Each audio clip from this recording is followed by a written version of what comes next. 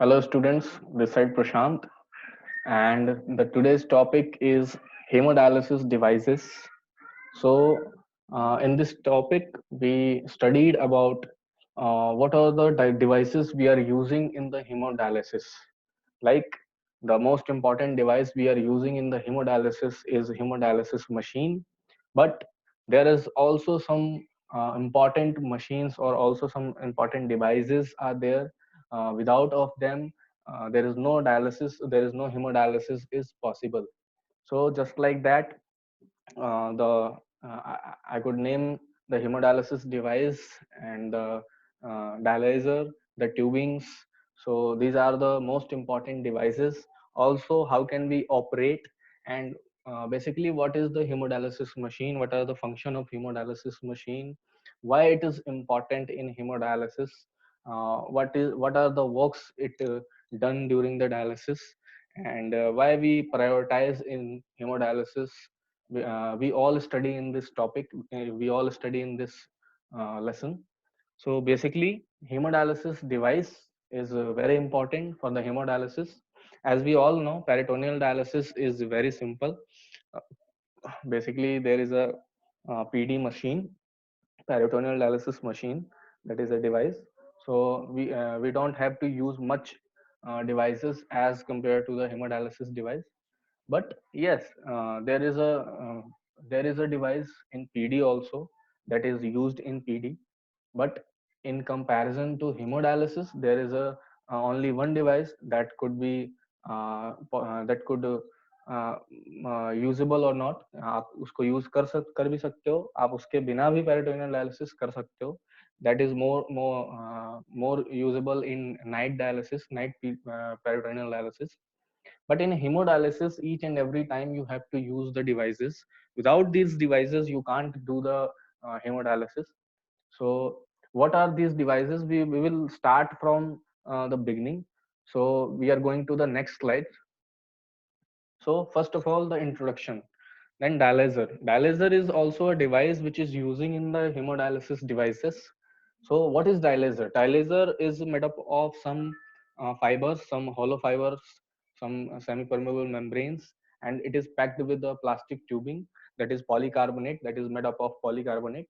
So the dialyzer is a basically containing hollow fiber, semi-permeable membranes, hollow fiber. It is like a blood capillaries, and it interfaces blood and dialysate separately.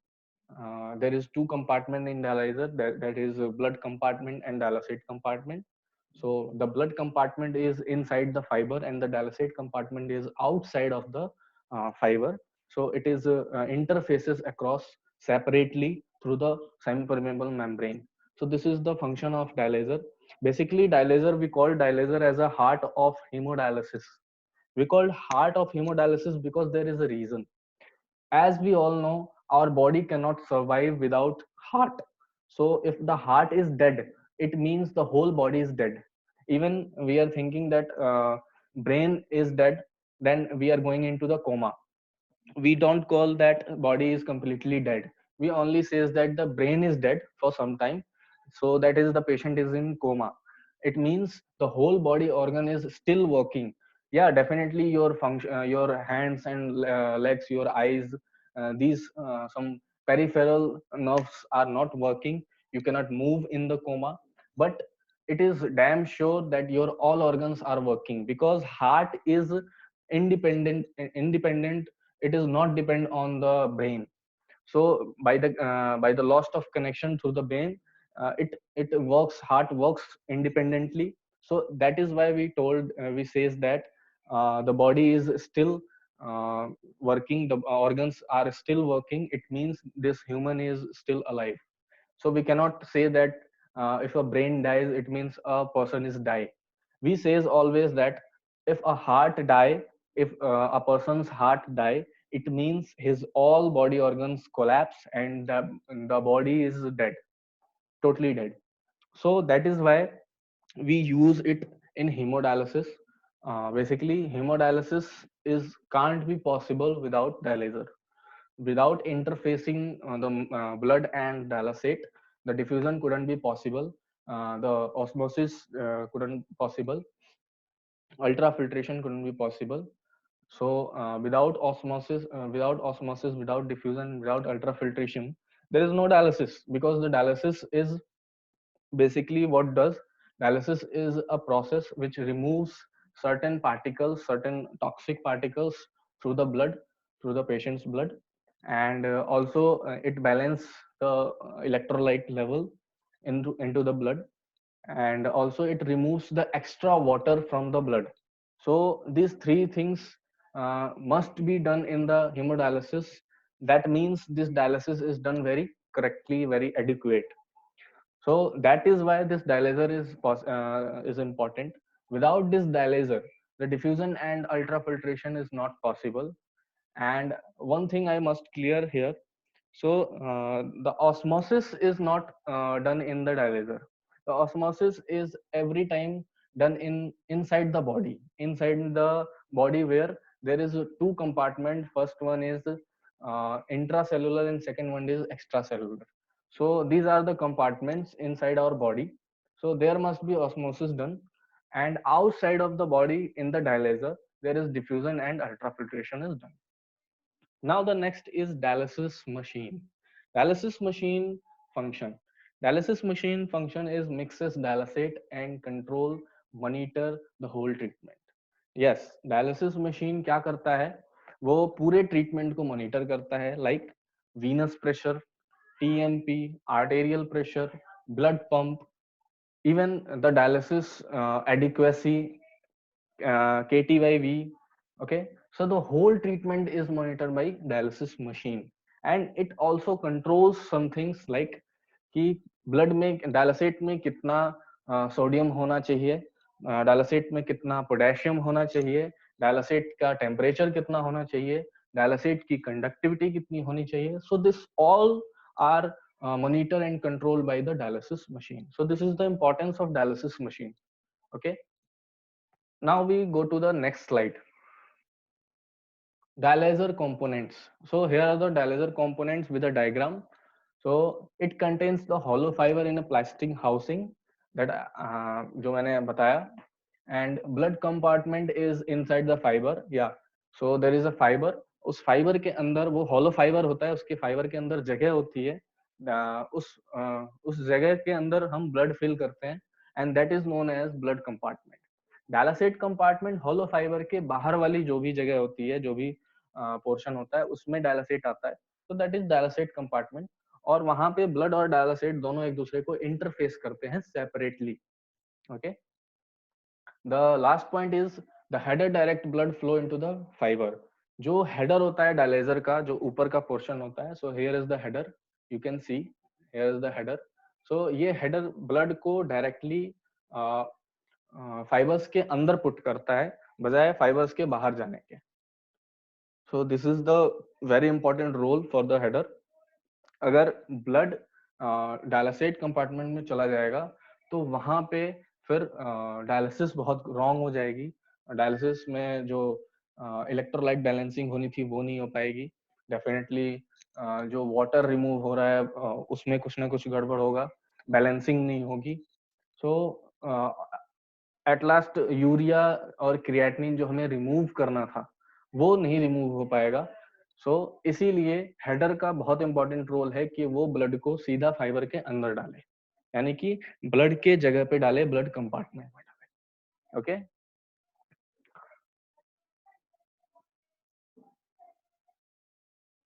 So here you can सी ये blood आ रहा है और सीधा ये fibres के अंदर गया है. सी, फाइबर्स, दोनों फाइबर्स के बीच में नहीं जा रहा है, ये फाइबर्स के अंदर सीधा जा रहा है. एंड डायलासेट, सी ये ब्लूइश डायलासेट है, ये डायलासेट जा रहा है, दोनों एक दूसरे को काउंटर करंट कर रहे हैं, दोनों एक दूसरे के अपोजिट डायरेक्शन में जा रहे हैं, right. Now dialyser characteristics. Dialyser characteristics में सबसे पहला पॉइंट आता है बायोकम्पेटिबिलिटी. बायोकम्पेटिबिलिटी का मतलब क्या होता है? Something that is comfortable to life. हमारा ब्लड है, वो उसके अंदर इम्यून सिस्टम है, उसके अंदर सेल्स हैं, वो जिंदा जिंदा सेल्स हैं.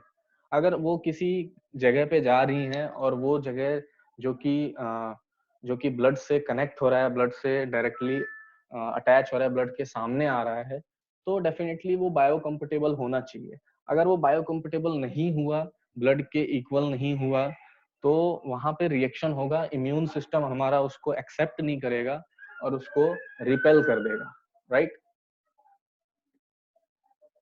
हमारा इम्यून सिस्टम जब उसको रिपेल करेगा तो वहां पे कुछ रिएक्शंस होंगी।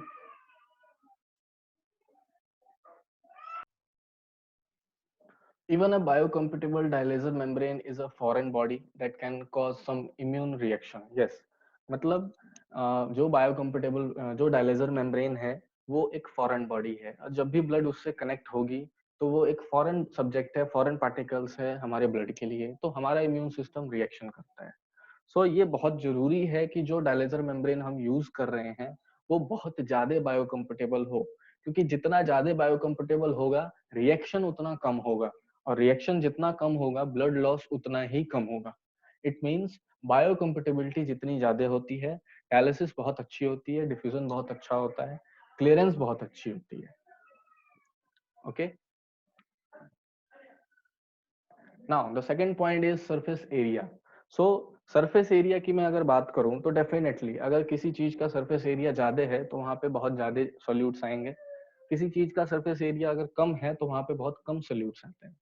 तो डेफिनेटली मेम्ब्रेन का, डायलेजर का सरफेस एरिया जितना ज्यादा होता है वहां पे डिफ्यूजन होने के चांसेस ज्यादा होते हैं, जहां पे सरफेस एरिया कम होता है वहां पे डिफ्यूजन कम होते हैं। So surface area is the amount of membrane is direct contact with blood and dialysate. तो एक बार में कितना ब्लड डायरेक्टली कनेक्ट हो रहा है, कांटेक्ट में आ रहा है, वो उसका सरफेस एरिया होगा, और वो सरफेस एरिया जैसे जैसे बढ़ेगा उतना फास्ट क्लियरेंस होगा और उतना ही अच्छा डिफ्यूजन होगा और उतनी ही अच्छी डायलिसिस होगी। तो surface area is directly proportional to clearance और diffusion.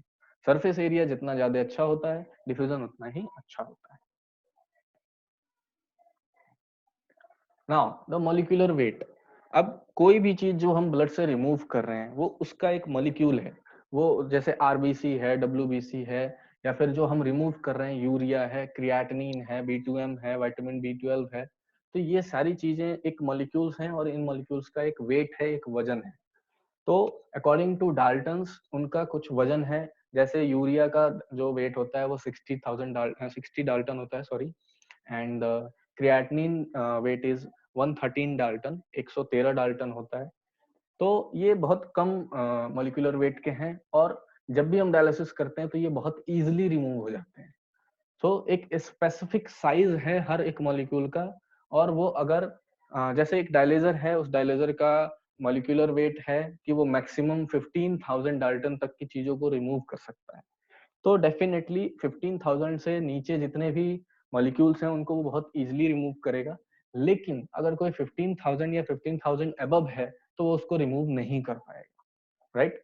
So specific what size molecules can pass through the membrane, बहुत स्पेसिफिक मॉलिक्यूल्स होते हैं और उनकी साइज होती है जो कि उस मेम्ब्रेन के थ्रू रिमूव होती है। Most dialyser have molecular weight cut off near about 15,000 Dalton. बहुत सारे ऐसे डायलेजर होते हैं, यानी कि मोस्टली ऐसे डायलेजर हम यूज करते हैं जिनका जो मॉलिक्यूलर कट ऑफ होता है वो 15,000 डाल्टन होता है। Now some only remove solutes up to about 3,000 dalton, और कुछ ऐसे भी डायलेजर होते हैं जो सिर्फ 3,000 डाल्टन तक के ही सोल्यूट्स को रिमूव कर पाते हैं। ऐसे भी डायलेजर आते हैं हमारे मार्केट में, right. So it's up to us कि हम कौन सा डायलेजर चूज कर रहे हैं। Now ultra filtration coefficient, KUF, this is the very very important in a dialyser. This determines how much pressure is required to remove water. Let suppose मुझे patient के body से 3 लीटर पानी निकालना है पूरे 4 घंटे की डायलिसिस में, तो मैं कितना प्रेशर अप्लाई करूंगा कि वो 3 लीटर पानी 4 घंटे में निकले। इट मीन्स कि 1 घंटे में कितना निकलना चाहिए, 1 मिनट में कितना निकलना चाहिए, और 1 मिनट में हम कितना प्रेशर अप्लाई कर रहे हैं। तो ये बेसिकली ये कॉन्सेप्ट होता है। So the transmembrane pressure, TMP, transmembrane pressure वो होता है जिससे कि UF यानी कि पानी बाहर निकलता है। तो TMP क्या होता है? TMP बेसिकली जैसे मैंने शुरू में बताया था कि 2 कंपार्टमेंट होते हैं, एक ब्लड कंपार्टमेंट, दूसरा जो होता है वो डायलिसिट कंपार्टमेंट होता है। नाउ ब्लड कंपार्टमेंट में जो भी ब्लड आ रहा है उसमें पॉजिटिव प्रेशर लग रहा है, और जो डायलिसिट कंपार्टमेंट है वहां पे नेगेटिव प्रेशर लग रहा है। तो पॉजिटिव प्रेशर और नेगेटिव प्रेशर, इन दोनों के बीच में जो डिफरेंस है, जो गैपिंग है प्रेशर का, उसको बोलते हैं टीएमपी, ट्रांस मेम्ब्रेन प्रेशर। ये प्रेशर जितना ज्यादा होगा उतना अच्छा और उतने अच्छे तरीके से पेशेंट के ब्लड से वाटर रिमूव होता है। Okay, I hope you will understand it. यहाँ पे डायग्राम दिखाया है, डायग्राम को देखते हैं। सो डायग्राम में आप ध्यान से देखिए, प्रेशर अप्लाई किया और प्रेशर अप्लाई करने के बाद क्या हुआ, वाटर जो है वो अदर साइड जाने लगा।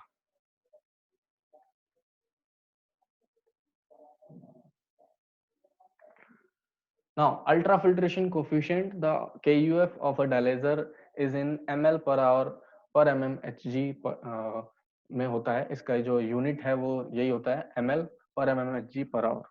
So this tells you how many ml of fluid are removed per hour for each mm of mercury for of TMP. मतलब आपके हर प्रेशर पे आप कितना ml पानी रिमूव कर सकते हो, ठीक है। A dialyzer with a KUF of 10 will remove 10 ml of fluid for each mmHg of TMP। मतलब एक ऐसा डायलेजर जिसका KUF 10 है तो वो 10 ml फ्लूइड रिमूव कर सकता है हर प्रेशर पे। ओके, हर प्रेशर पे, हर टीएमपी प्रेशर पे वो 10 ml ऑफ फ्लूइड रिमूव कर सकता है। विद अ टीएमपी ऑफ 100, अगर किसी डायलेजर का टीएमपी 100 है तो वो डायलेजर जो है 10 ml रिमूव करेगा, सॉरी 1000 ml रिमूव करेगा पर आवर, ठीक है।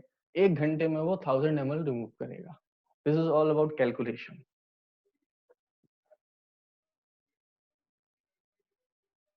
नाउ क्लियरेंस, क्लियरेंस किस चीज का, जब भी कोई चीज क्लियर होता है तो हम उसको डिनोट करते हैं के से।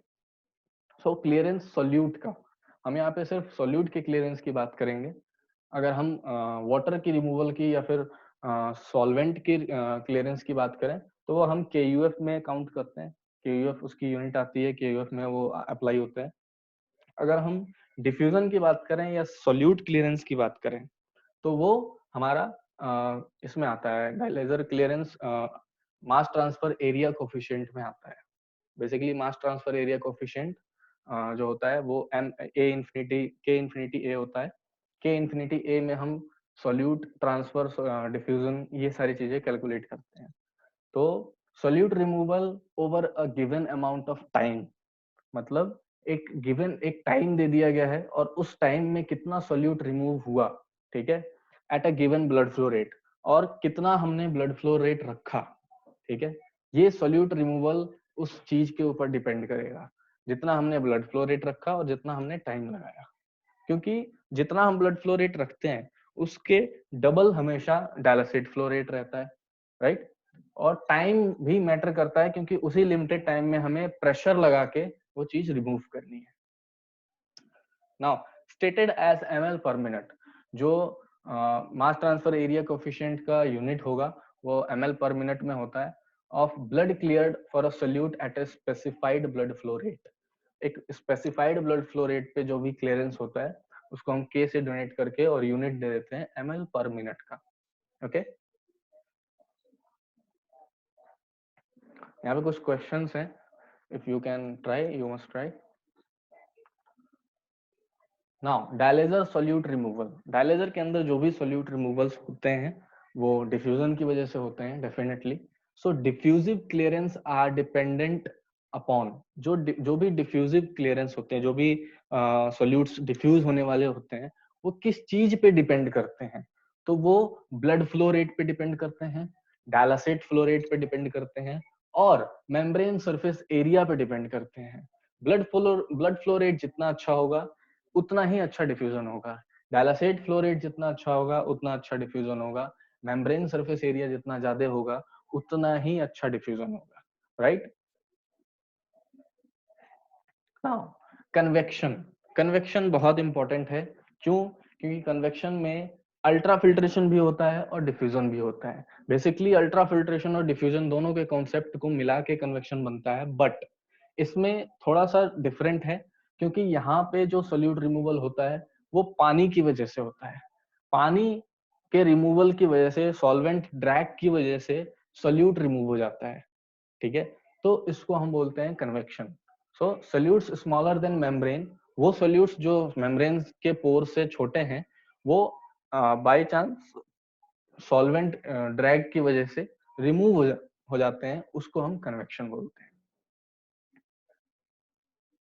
लाइक आप देख सकते हो यहाँ पे प्रेशर लगाया, और प्रेशर लगाते ही सोल्यूट और सॉल्वेंट दोनों रिमूव हो रहे हैं, ठीक है। बट यहाँ पे फैक्ट ये है कि सॉल्वेंट के साथ सोल्यूट रिमूव हो रहा है, यानी कि सॉल्वेंट के वजह से सोल्यूट रिमूव हो रहा है, ठीक है।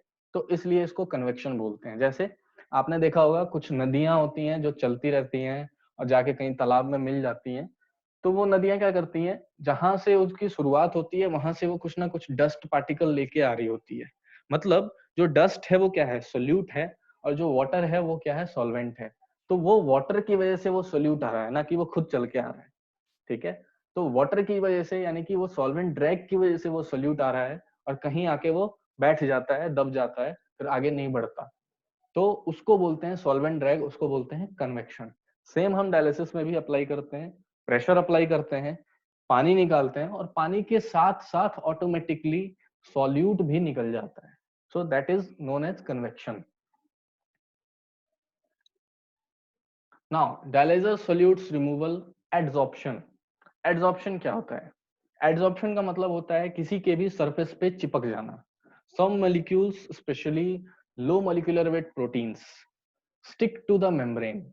कह रहा है कि कुछ ऐसे मॉलिक्यूल्स होते हैं जिनका मॉलिक्यूलर वेट बहुत कम होता है, कुछ ऐसे प्रोटीन्स होते हैं जिनका मॉलिक्यूलर वेट कम होता है, वो मेम्ब्रेन से जाके चिपक जाते हैं, स्टिक हो जाते हैं, rather than passing through the pores.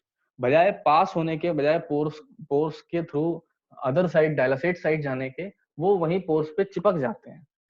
A secondary membrane is formed and certain other molecules are removed from the blood as well. कह रहा है तो क्या होता है, एक सेकेंडरी मेम्ब्रेन बन जाता है, और वहां पे कुछ मॉलिक्यूल जो हैं वो ब्लड के थ्रू रिमूव भी हो जाते हैं, ठीक है। But by chance the other side, वहां पे कुछ मॉलिक्यूल्स चिपक भी जाते हैं, एड्सॉर्ब भी हो जाते हैं, ठीक है। सो दिस इज कॉल्ड एड्सॉर्प्शन। मैं डायग्राम में दिखा के क्लियर करूंगा।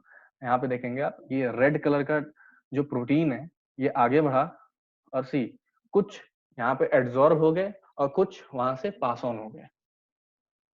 तो जैसे जैसे ये एड्सॉर्प्शन बढ़ता जाता है मेम्ब्रेन्स, वैसे वैसे उसकी मेम्ब्रेन की क्लियरेंस खराब होती जाती है, मेम्ब्रेन क्लियरेंस कम कर देता है। क्यों? क्योंकि उन पोर्स में ये प्रोटीन्स चिपक जाते हैं, और फिर उन पोर्स को ये भर देते हैं, फिल कर देते हैं, और फिर वहां पे जगह नहीं होता कि दूसरे प्रोटीन्स रिमूव हो पाए, दूसरे सोल्यूट्स रिमूव हो पाए, right. Now dialysis membrane, where waste are removed from the patient, membranes for dialysis fall into three categories। कह रहा है कि पेशेंट के बॉडी से, ब्लड से जो भी हम वेस्ट रिमूव करते हैं, वहां पे मेम्ब्रेन सबसे इंपॉर्टेंट होता है, और मेम्ब्रेन तीन कैटेगरीज में आते हैं।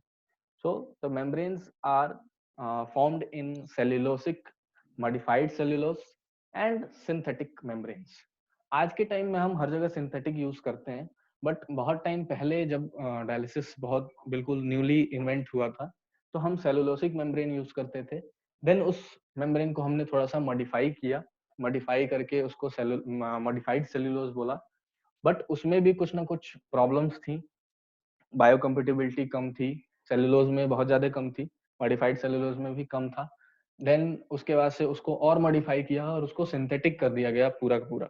तो सिंथेटिक, अगर मैं सिंथेटिक की बात करूं, तो सिंथेटिक जो होता है उसकी biocompatibility rather than cellulose and modified cellulose बहुत ज्यादा होती है।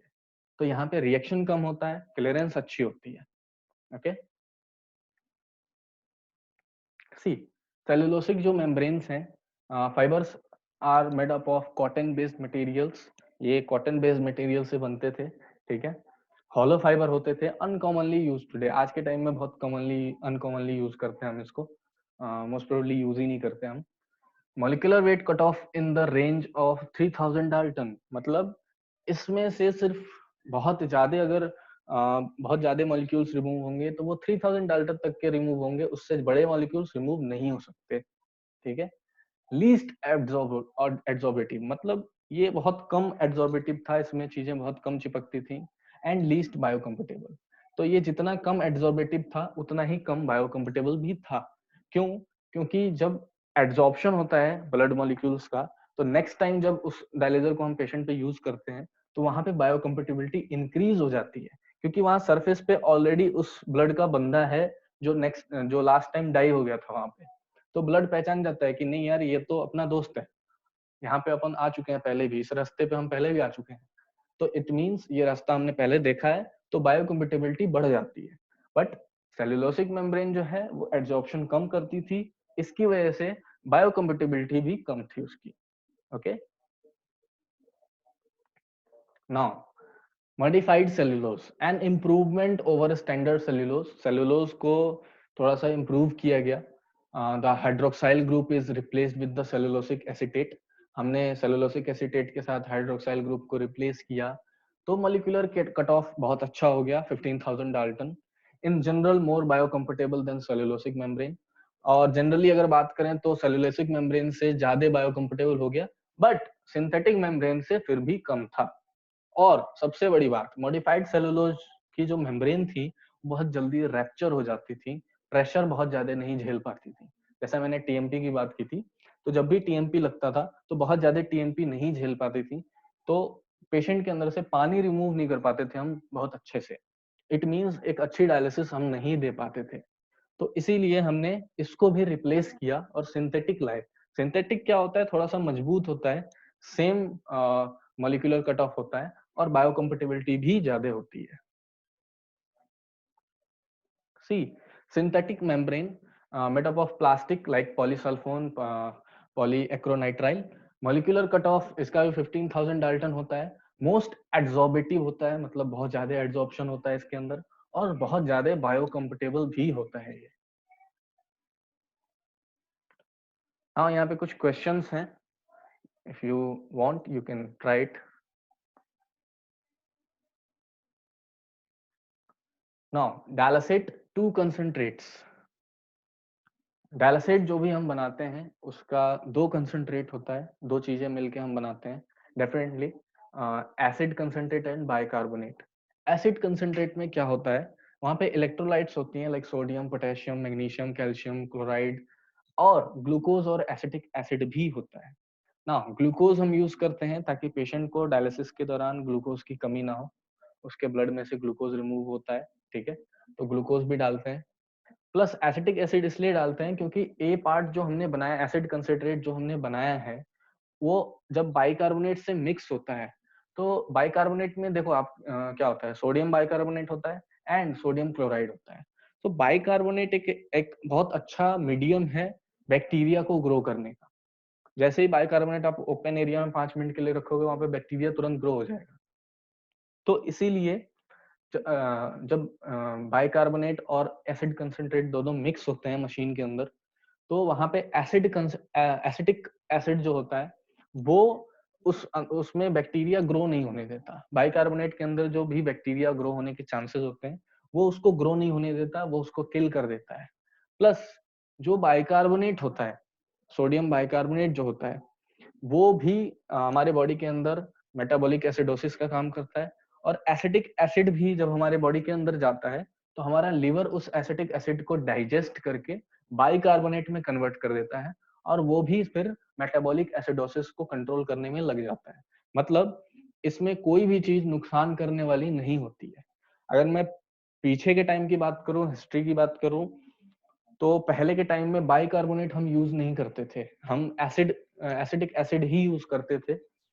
एसिटिक एसिड हम देते थे पेशेंट को डायलिसिस में, और फिर वो एसिटिक एसिड जाके लिवर के थ्रू कन्वर्ट होता था बाइकार्बोनेट में, और फिर मेटाबॉलिक एसिडोसिस कंट्रोल होता था। मतलब बहुत लंबा चौड़ा प्रोसेस था। उससे क्या नुकसान हुआ, पेशेंट का लिवर फेल होने लगा, पेशेंट के लिवर को बहुत ज्यादा काम करना पड़ता था।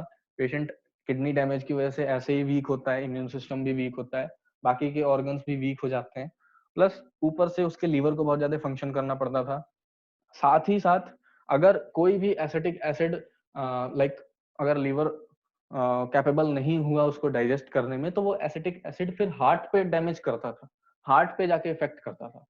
तो इसीलिए एसिटिक एसिड को बंद किया गया। बट स्टिल ए पार्ट में अभी भी एसिटिक एसिड डाला जाता है थोड़ा सा, ताकि वो बैक्टीरिया ग्रो ना करा सके। क्योंकि अगर डायलिसिट में ही बैक्टीरिया ग्रो हो जाएंगे तो फिर वो ब्लड में जाएंगे, और ब्लड में जाने के बाद वो फिर रिएक्ट करेंगे, रिएक्शंस करेंगे, क्लॉटिंग होगी, पेशेंट को कॉम्प्लिकेशन होंगे, और पेशेंट हर बार कॉम्प्लिकेशन का सामना करेगा।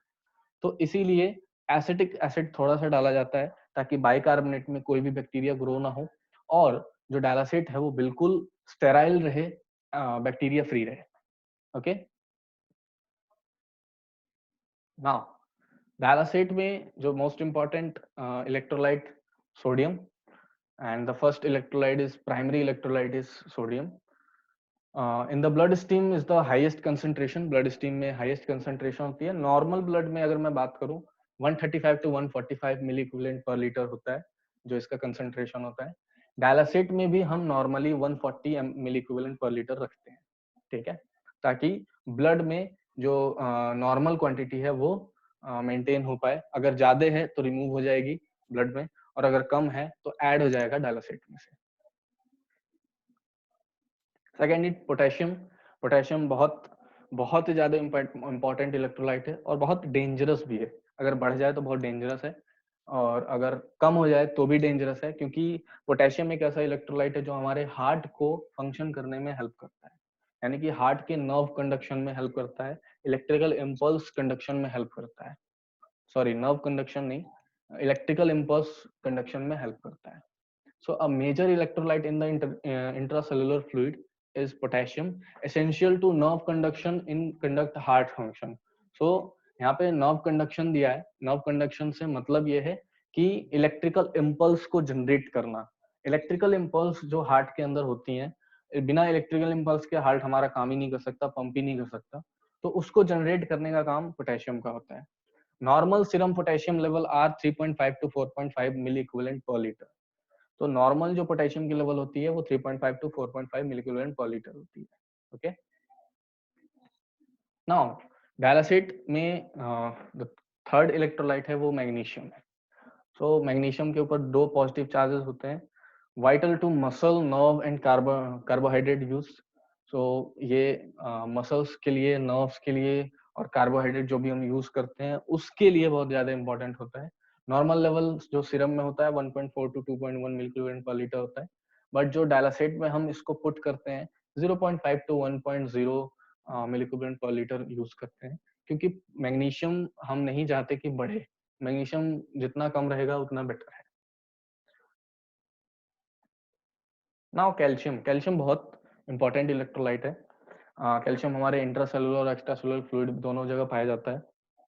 ये हमारे हड्डियों के लिए, दांत के लिए, हमारे मसल्स के लिए, मसल कॉन्ट्रैक्शन के लिए, ब्लड क्लॉटिंग के लिए, नर्व कंडक्शन के लिए, हर चीज के लिए इंपॉर्टेंट है। तो इसीलिए हम कैल्शियम पे बहुत ज्यादा जोर देते हैं कि पेशेंट कैल्शियम खाए। कैल्शियम आइसक्रीम, फिश खा के वो ले सकता है नॉर्मल डाइट से। जो नॉर्मल रेंज होती है वो 4.5 टू 5.5 मिलीक्वेलेंट पर लीटर होती है, और जो डायलासेट की होती है कैल्शियम, वो 2.4 टू 3.5 मिलीक्वेलेंट पर लीटर होती है। Now chloride. Chloride level related to the level of the other electrolyte. Chloride level decide होता है जो बाकी के इलेक्ट्रोलाइट हमने रखे हैं उसके अकॉर्डिंग हम रखते हैं, क्योंकि सारे इलेक्ट्रोलाइट पॉजिटिव चार्ज थे, क्लोराइड नेगेटिव है, तो क्लोराइड ही एक ऐसा चार्ज है जो कि उन सबसे रिएक्ट करेगा, उन सबसे जुड़ेगा जाके, तो इसीलिए हम उनको उनके हिसाब से रखते हैं, उनकी क्वांटिटी के हिसाब से रखते हैं। डिसएसोसिएट इन डायलासेट एज सेपरेट मॉलिक्यूल्स। ये डायलासेट में जाके डिसएसोसिएट हो जाता है, सेपरेट मॉलिक्यूल हो जाता है। Dialysate chloride level are 100 to 125 milligram per litre. तो डायलासेट की जो क्लोराइड लेवल हम रखते हैं वो हमेशा 100 टू 125 124 रखते हैं, 125 मिलीग्राम पर लीटर भी रख सकते हैं। Now, glucose C6H12O6, so often added to dialysate to increase the osmolarity and add in the water removal. Osmolarity को ज्यादा इंक्रीज करने के लिए, ताकि अच्छे से अच्छा ऑस्मोसिस हो बॉडी के अंदर, एंड ज्यादा से ज्यादा अल्ट्रा फिल्ट्रेशन हो, तो उसको बढ़ाने के लिए भी ग्लूकोज ऐड किया जाता है।